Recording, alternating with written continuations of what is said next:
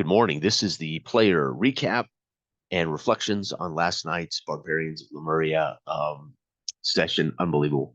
So David GM'd us. Todd was playing Argyle, a kind of a thiefy blacksmith, I think.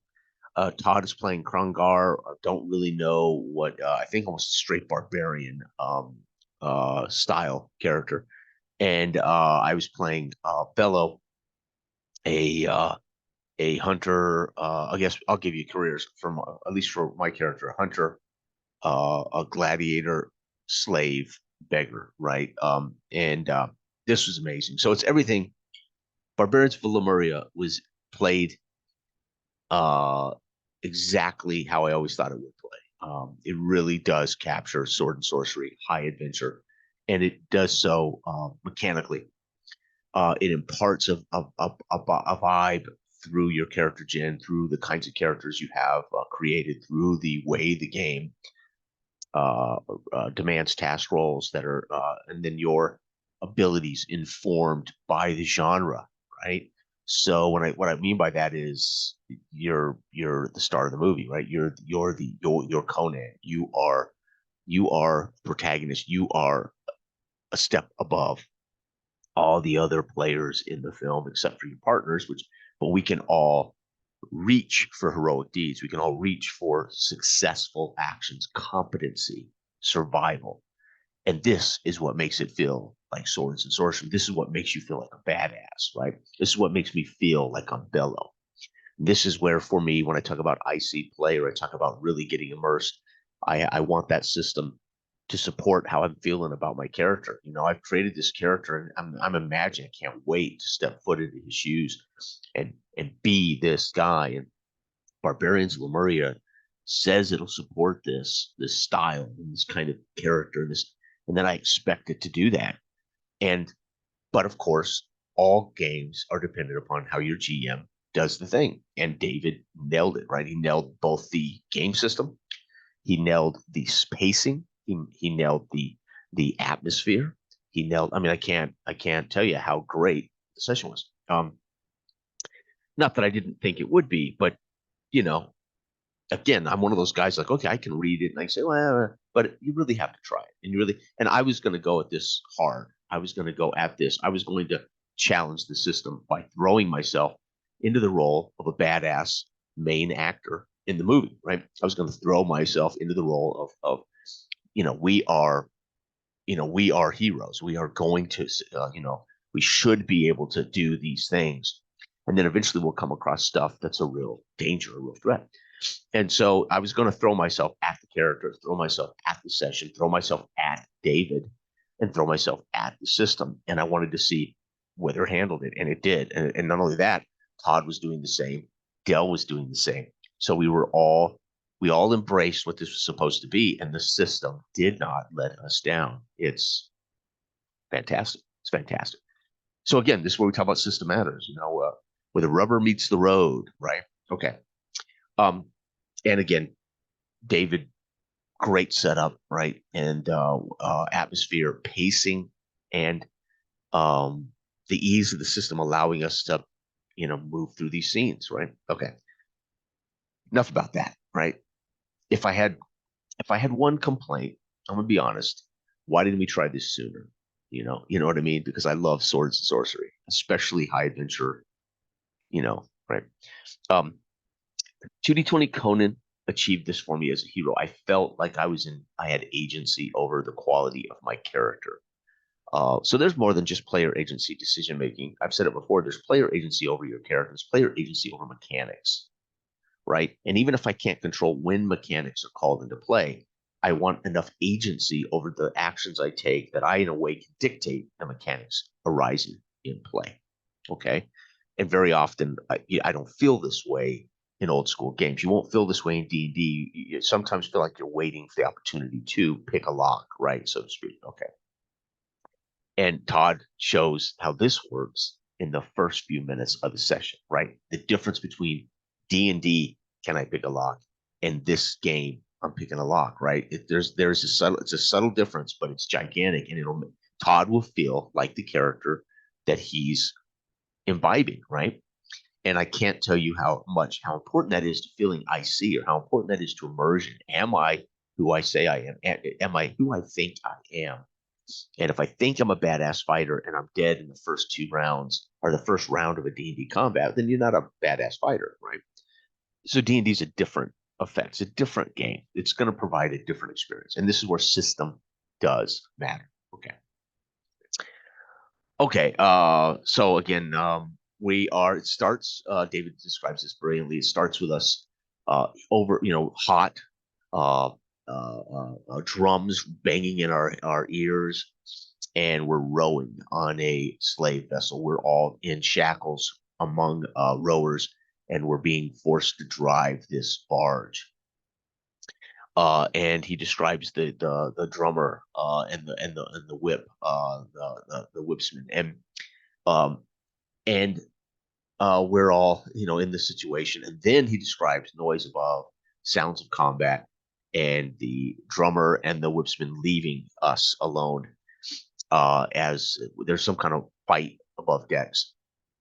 So we can kind of put 2 and 2 together that they're being invaded, or they're being pirates attack this barge or something, right?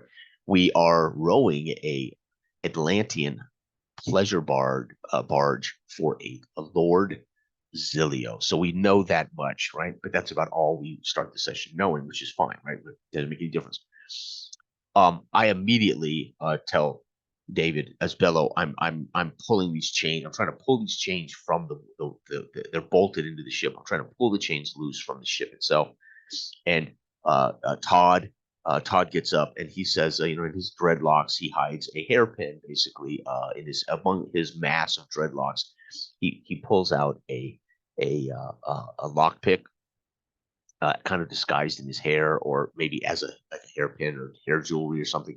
And he easily, in one thing, opens up his shackles, and he's free, and which is amazing. I mean, again, this is what I loved about Barbarians of Basilisks.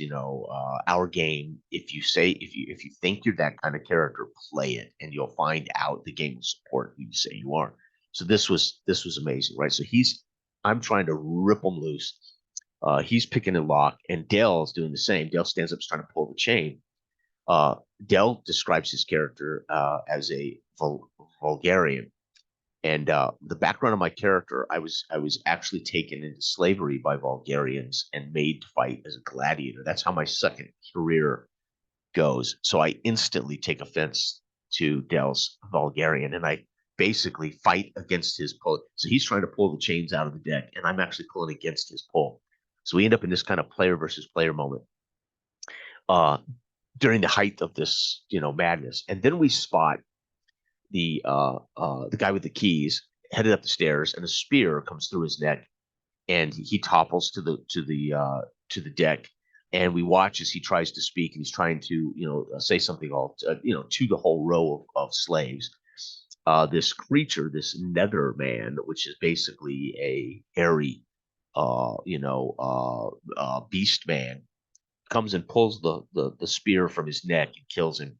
And we can see now this beast man standing in the below decks, as we're all at that point, we all kind of panic, right? You can imagine all these slaves that are chained down now are trying to get out, right? So chaos ensues.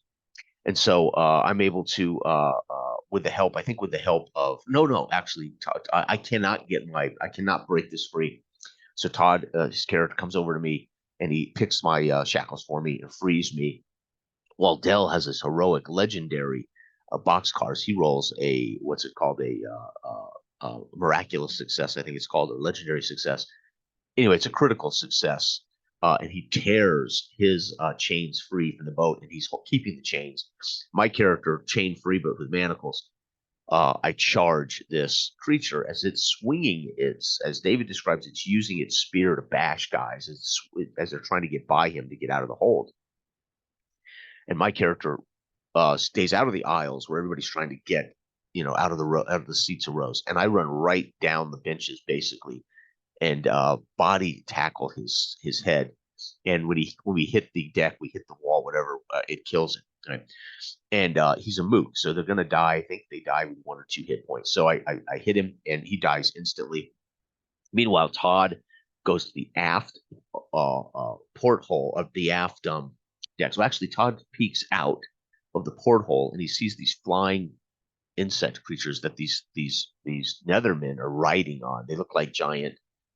I don't even know how to describe them. They look like insects, but they're big enough a man can ride. So Todd says, "Uh oh," and he's looking out the row holes to see what's out there. And Todd climbs up and peeks through the top, and he sees the Lord Zilio protecting a little boy about 6, and he has him on a chain leash, and he has him behind him while they're trying to. His men on deck are fighting off these mounted Nethermen and Nethermen that are killing his men on deck.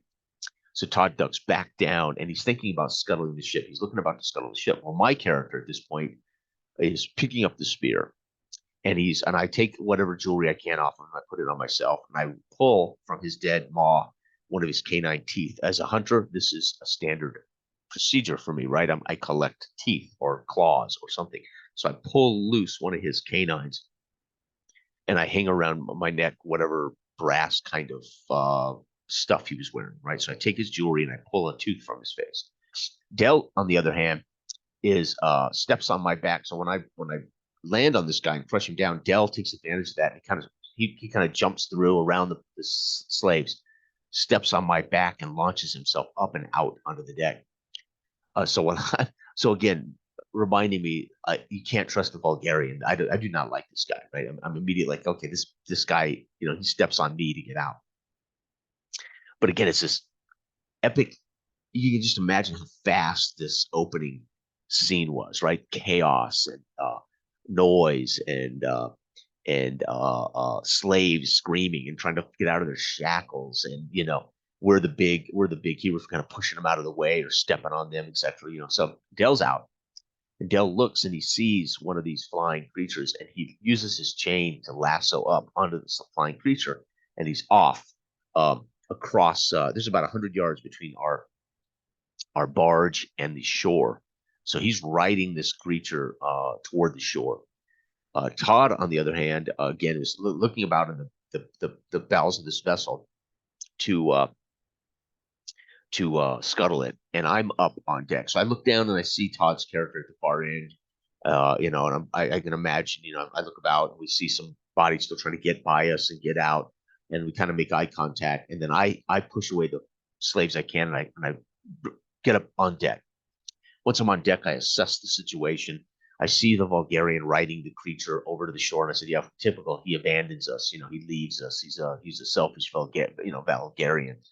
And I look down and I see, and I already knew the minute I realized we were under duress, and if I could get free, I knew my goal was to take the Lord Zilio hostage and ransom him. I immediately want this son of a gun he's enslaved all of us. I'm gonna enslave him, and I'm gonna demand a ransom for this jackass, right? So I already knew if I could survive this, my want was to first rescue him, right? And even if it meant it looked like I was helping him, my goal was to ransom him. I was gonna demand gold for his head, so to speak. So I was assessing the situation. I could see he was one of his bodyguards was fighting off these Nethermen. I could see another flying creature coming in trying to grab them with man catchers, and so I race across the. I can't remember. I picked up the spear. So I was running toward the Lord, and I yelled out over all the rabble. I yelled to him, "What is it? What is the price to save you, Lord Zilio?" No response from Lord Zilio in this chaos, but I yelled to him, and I'm running down the deck now, trying to get to him. Todd's character comes up out of the aft hole, and he's sneaking up behind Lord Zilio, and he grabs up rope, and he wants to, and I can see what he's about to do, right? My character witnesses that he's about to lasso this Zilio by the neck. And so again, we get another player versus player moment, and I say, I am throwing my spear. I'm going to draw back, and I am going to stop.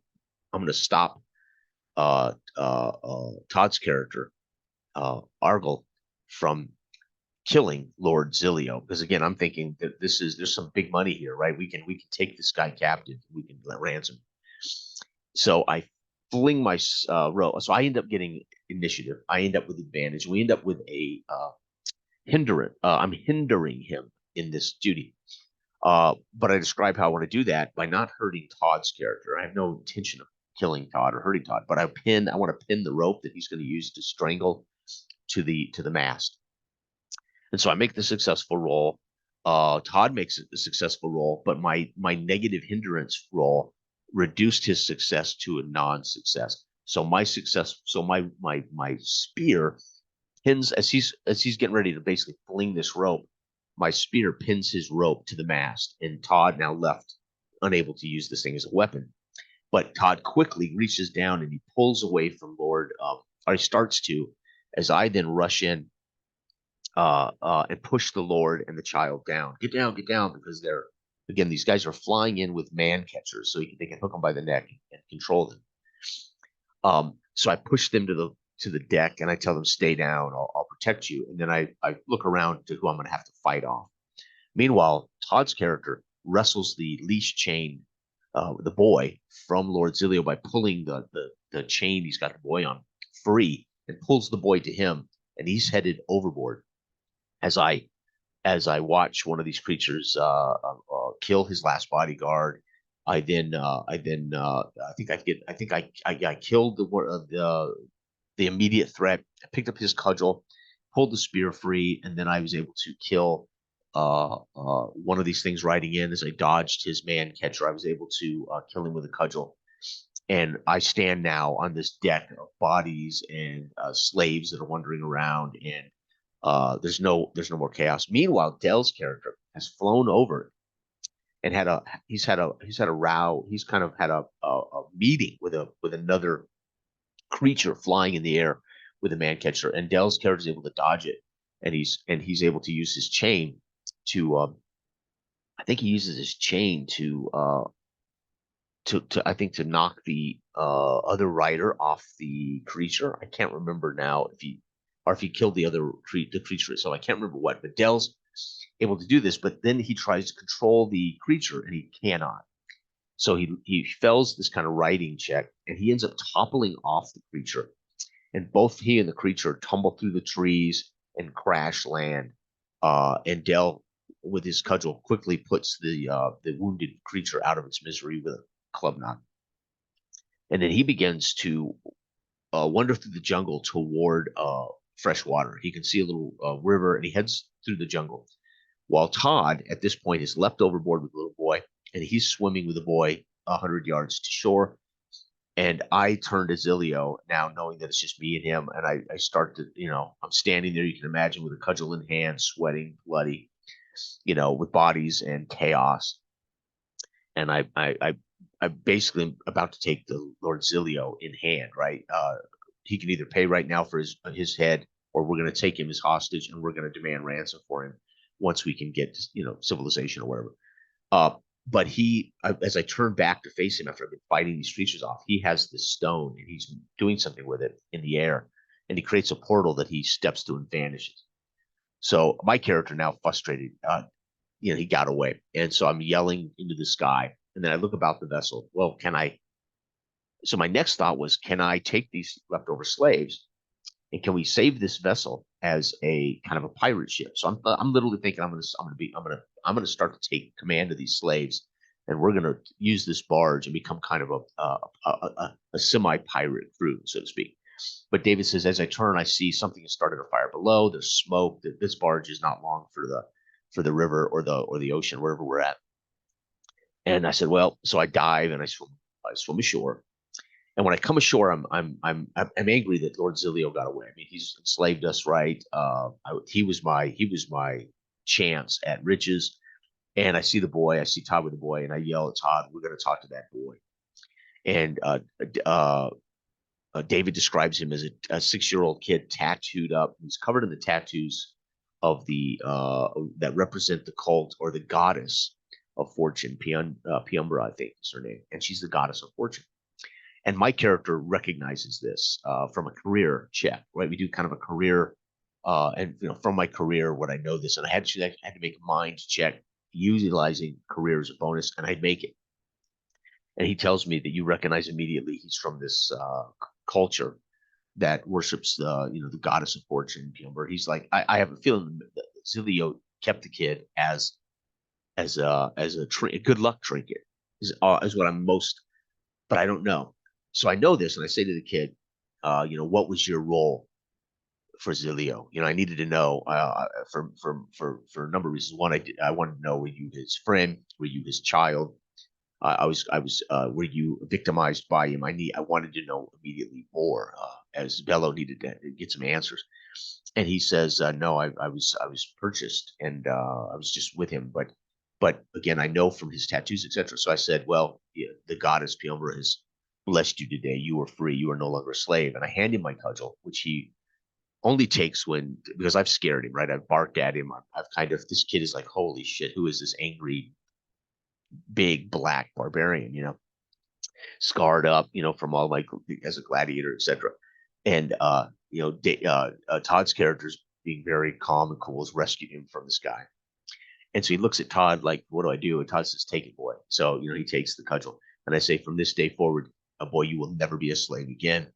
And then we turned to go toward the noise we hear in the jungle. And meanwhile, while this is happening, Dale's character's crawled up to this beautiful, pristine pond, and he's drinking from this fresh stream.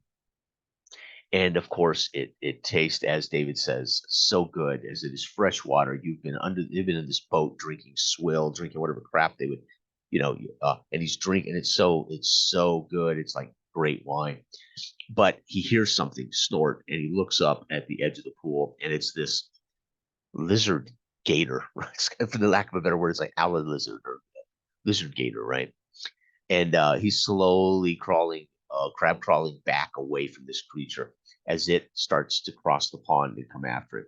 And Adele says he stands up with his chain, pulls his chain taut, as my character is saying to the boy, "You'll never be a slave again. Now let's go find out let's go. Follow me this way. Follow me through the woods." And that's it. That's where the curtains fall. So Dell's about to wrestle this lizard gator kind of thing, right? And we've got the 6-year-old kid with us that I basically given my cudgel to and said, hey, that was to let the kid know you don't have to fear us, but also you're gonna fight for yourself, kid. You're gonna have to learn to do this. You're never gonna be a slave again. Anyway, and there's the session, boom, done. And that's it. I mean, it was basically an hour and 40 minutes, and we just to get off this barge to escape these nethermen trying to capture us, and it was fantastic. So I immediately felt I was in sword and sorcery. Immediately, David sets us up. I'm like, oh yeah, this is straight up. This would be the start of a great Conan movie, right? The start of a great barbarian movie. Uh, I felt every one of our characters uh, instantly were what they said they were. I knew exactly, what Todd was, and Todd represented it. And I knew exactly what Dell was and represented it. And so it felt like we were competent, capable, but we were all different, and it was fantastic. And then, of course, he introduces these crazy beast men riding these giant insects, it nailed all of the tropes. It nailed all of what you expect from a great swords and wizardry. There was enough that was like, whoa, this is, what the hell is this? Yet it was familiar enough. There was those moments where as a actual character in this situation, you'd go, what the hell is that insect? What are these men? Especially if we've never seen these things before. But we knew exactly, who we were and what we were up against, so to speak. So it worked great. No magic in the session except for the Lord escaping through a portal, but we had no magic users in our group. We didn't witness any magic outside of him escaping via a portal, right? I thought maybe the boy with the tattoos was some kind of powerful witch or something when we first saw him. And I thought, well, we'll have to worry about that once we capture Lord Zilio. But Todd rescued the boy. Again, Todd made assumptions about the boy that I didn't, which is very cool, right? Todd's character said, I'm saving this boy for this jackass, right? I wasn't certain he wasn't some kind of weapon that this guy used or something, right? But it turns out he was like a good luck charm. He was like a goddess. He was like a rabbit's foot, because he was blessed by the goddess of fortune. So Zilio obviously kept him around for that reason. But Bello doesn't know. Is this guy some sick, abusive? So Bello wanted to know exactly what it, in a way, what role this kid played for this guy. And so great explanation. And we're like, okay, but you're free now, kid. You don't, you know, you're nobody's pet. You're nobody's, So it just felt great. It was wonderful. And I was a little jazzed. I couldn't go normally after we do our sessions. I'll go to bed because I'm usually going to bed between 8:15 and 8:30 at night. So usually after these sessions are over for me, I'm pretty much going to bed, getting ready for bed. And last night I was a little too ramped up to go meet in bed because I was still in Bellows mindset. So I was so engaged in IC that I really was a little ramped up, right? I was that's how fast and furious the session went. And that's how much I was in the headspace of Bello when I came out of the water and I was barking at the kid, and I was kind of still in a way a little jazzed up as I was still in that survival mode, that fight or flight, adrenaline, cortisol rushing kind of thing.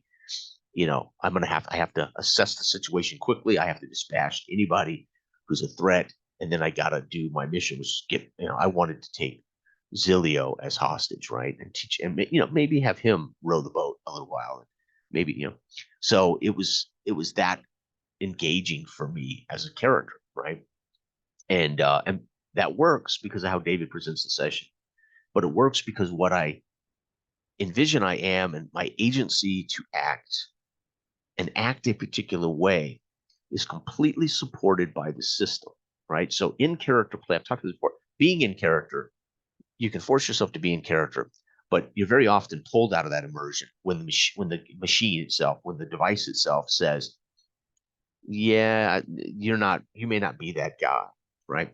So we have hero points. This is a great example. We already have to roll a 9+ to be successful in anything we do. And that can be modified up or down difficulty wise by something, And so David can use that. And he did. There were a couple of times where Todd found himself with an actual negative, with a modifier that made it harder to do normal success. But we are generally depending on how we utilize our character. So there were a couple of times Dell's character. And an example would be Todd being more thiefy and agile and smart. I think Todd's character actually is pretty balanced. I think his character is all ones in every main attribute.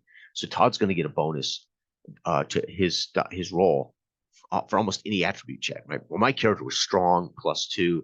My character's melee, right? I was a strong warrior, ex-gladiator, hunter/gladiator, right? My career was split between hunter and gladiator, right? So I played to my character's strength, literally to his strength, and that was those modifiers. So you're going to get these bonus. And of course, when I built my character, I also gave his initiative a 2 because I wanted to be, for the most part, the first one to act, right? So because my character is impulsive, and so I didn't build my character. I want to be the first guy to go in combat because it helps me win. No, I envisioned Bello as being a strike first, not a defensive fighter, but an aggressive, act first, be decisive. You don't survive the gladiator as being a pensive, undecided. So I imagined that Bello was predatorial in a way. So I gave him a high initiative. That doesn't mean he necessarily is going to fight better than everybody else, but it would always give me a bonus toward getting initiative. And I did. I got initiative in every turn we rolled. I would have led every player in the group. So I built my character to give Bello a particular personality because I was going to have that personality. And the worst thing about gaming is when I envision my character has a personality, but the rules don't support it. Or I want my character to be really good at sneaking, but then the rules I fail to sneak all the time. Or I envision my character as this impulsive, aggressive, predatorial warrior, and then constantly I fail at that. That's where the systems, will not necessarily support what I want to do. It doesn't mean I have to be successful all the time, right? And then second, we have hero points that we can spend liberally, right? I can spend them to re-roll. All I have to do is, in a way, narrate why I'm, in a way, doing it over, right? So I would, like, I narrated, I missed the first spear throw at this, and so I narrated how, just as I was going to throw the spear, the flying creature moved, and I pulled back on the spear and reset and threw again. Right? And this time I let it go. That was a hero point, right? I talked about how I barked at everybody sitting with me to help tear the chains up when we first stood up to tear ourselves loose. And since I barked orders at the men beside me to help us tear these chains up, it wasn't a strength check. David asked for an appeal check, but one thing I have nothing of, so I'm not the kind of guy that uses his personality, right? I'm an action guy. So I failed that check. So I used a hero point to re-roll that, and unfortunately I failed it again because I have no bonuses. So this was me bark. You could just see me stand up and bark orders at these slaves, and they're like, "Who the hell are you?" You know. And then I basically I yelled, "Come on, pull!" You know. And again, they were like, "Who the hell are you?" So nobody was really anxious to try to escape until they saw the Netherman. The Netherman had not yet entered the arena. I had already stood up and tried to break free. The minute they all abandoned, and we could hear something up top, I stood up and tried to pull free. So again, David handled this perfectly, right? The rest of the rowers and the slaves might not have felt any threat until we all saw the Netherman, and then you can imagine everyone was in a panic, right? Okay, so the system really supported that. And again, one of the ways I test the system is if I make a particular style of character, and I am free to design the character, we're not going to point by or pick your stuff or whatever, right? I expect then when I play that character in session that the mechanics and the system will support the kind of character and the personality I'm trying to be. So it was the best test for me for Barbarians of Lemuria was that I built this guy. Now I'm going to go for it. And there's only two ways this is going to fail. The mechanics are going to fail me, and they're not going to support who I say I am and what I'm trying to do. Or David, as a GM, would check it and wouldn't allow us to take some agency, right? Wouldn't allow the system and the characters in action to work. Well, I trust David. David's not that kind of GM. He's not the kind of GM that says you can't do that yet, or right. So I knew that there was only really two ways, and so I knew that it wasn't going to fail because David was going to wreck the system. So I was able to test the system immediately, and it worked perfectly. So I know exactly how it works. I know who I am. I know what I'm about, and then the challenge will arise by the difficulty ramping up. Other creatures, other problems, right? That will face. Okay. So in that sense, it is 100% what it says it is, and that to me allows me to get more engaged in IC play, right? I get more immersed when I'm not always wondering who am I really. So D&D, you roll them randomly. D&D says those attributes are there, but they don't really matter until they matter. And I use attributes in D&D to inform my personality, but again, it doesn't matter, right? If I have a low intelligence, I might play a dumb character, right? If I have a high charisma, I might try to play a charming character. But D&D doesn't demand you do any of that, and there's no rules to support. There's no agency. There's no mechanical agency, particularly in say old D&D or OSRs, that your character is really any better than anybody else. I mean, you're all equally vulnerable, equally, kind of weak, right? Even a magic user only has the one spell. A cleric can only turn undead. So at level 1, you can imagine starting characters. It takes a while to develop a character. So I talk about role playing D. I can play IC and D&D almost instantly because I'm bringing exactly whatever character I want to it. I can't control the success rate, right? That's okay. But the difference is in D&D, generally, you wouldn't write a background, right? All of us old guys would tell people, just roll up your character. I don't want to hear some story about your background, etc., because you may not be alive in 5 minutes, 10 minutes, right? We'll learn who your character is through your play, and we'll learn who your character is as they survive. And then it starts to matter who you portray as your character. So I've always said D&D for first level characters is really it's kind of be who you want to be, but it's not going to impact the mechanics of the game in such a way that it's not going to matter as far as success rate, right? What kind of person you are. But it's great in this that I could design my character to be effective mechanically, but also his personality tied to his traits, right? And this does matter. I mean, someone who's been in the fitness industry for 22 years, some of the studies were matching exercise to personality type. So we could have greater adherence with our clients if we recognized our clients have a certain personality and there are better exercises for certain personalities. So it's easier for people to adhere to a workout program when it suits what they like to do. It suits who they are as a personality. So the better we were and getting to know our client, the better I could design exercise programs that I knew they would enjoy. I knew that they could adhere to, right? If somebody hates to swim, don't put swimming on their workouts for the week. If somebody hates to run, you don't ask them to do any running, right? If somebody loves to lift weights, let's get more weightlifting into their program, right? We can achieve all their goals through what they enjoy doing. Okay. So same thing. I'm making a character. Uh, the makeup of my character should also be directly related to the personality of my character, right? Because I'm going to play him a particular way, and I want to see the agency of mechanics, the agency of choice, uh, reflect back who I am. So if the system reflects back who I think my character is, it's much easier to stay into character, right? If the system reflects back, I say I'm a merchant. I use my rings. I use my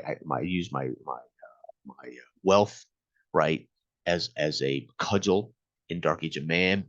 As long as my system, I know our system in Dark Age of Man will support me being a merchant that's wealthy and high with a decent prestige and decent spirit or whatever, right?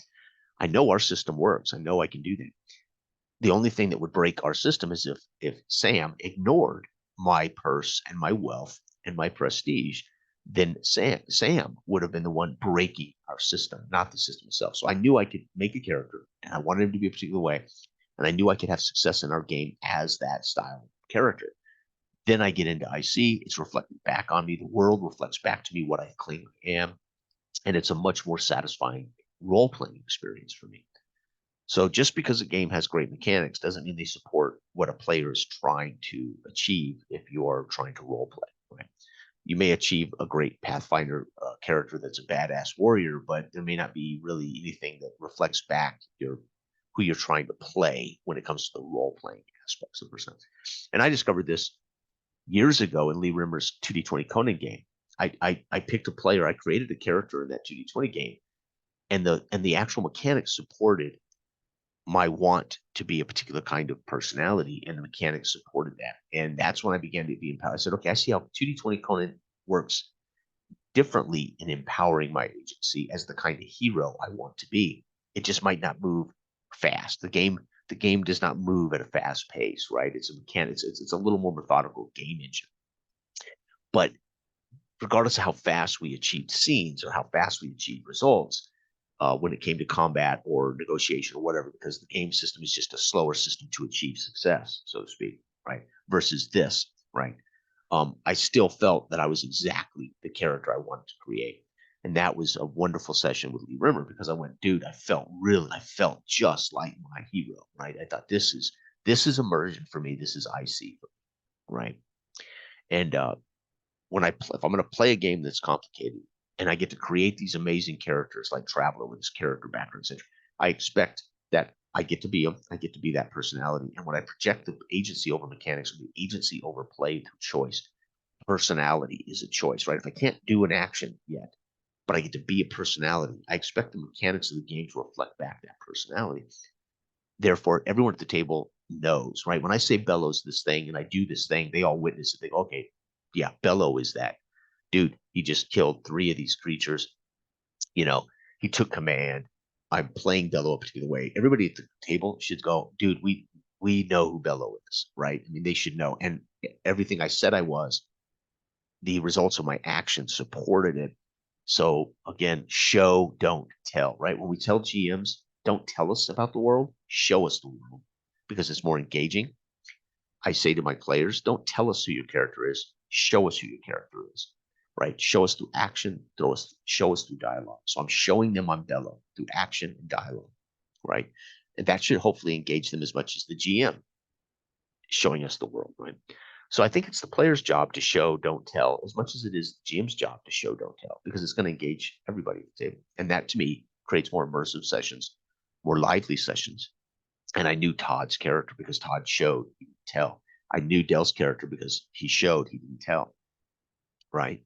I may not know his motivations, that we can't know.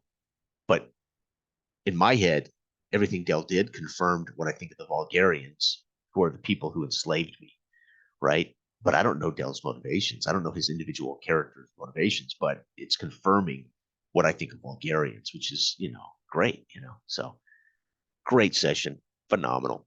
And I love games that allow me to be a character. allow me to be IC, and work the way they claim they're going to work. And in that sense, Barbarians of Lemuria nailed the experience. Absolutely. And David did a brilliant job presenting that game system. And of course, I knew Todd and Dell would do what they do, role play their characters, which is, it's great that the system supported Dell's attitude about his character. My guy has a 0 mind. I'm not going to be trying to do mind things. Well, there were moments that Dell, though, did mind things, and David said, you got to make a mind check here. But most of those mind checks were rules. They had nothing to do with what Dell chose to do. For instance, initiative involves the mind. Although Dell has no mind, that's the system demands. Mind is part of initiative checks. So Dell's at a disadvantage there. Is who his character is has nothing to do with what the system demands on a initiative check, right? So when I created my character, I said I want a 1 mind, I want 2 initiative. I wanted a +3 to every initiative roll because that's going to be how my character assesses danger and deals with it straight up, right? I'm not a defensive fighter. I'm going to kill your ass fighter, right? So anyway, great game. So I cannot wait for the next session. It's going to be brilliant. And I want to thank the guys again for another wonderful Wednesday night. Everything we do is a great time. And when we try these systems out, we have a chance to see how they work. Literally, we have a chance to make up our own minds as to whether a system works or whether systems work the way they claim, etc. It's always a very rewarding experience. Always. All right. Everybody out there, have a great week. Bye.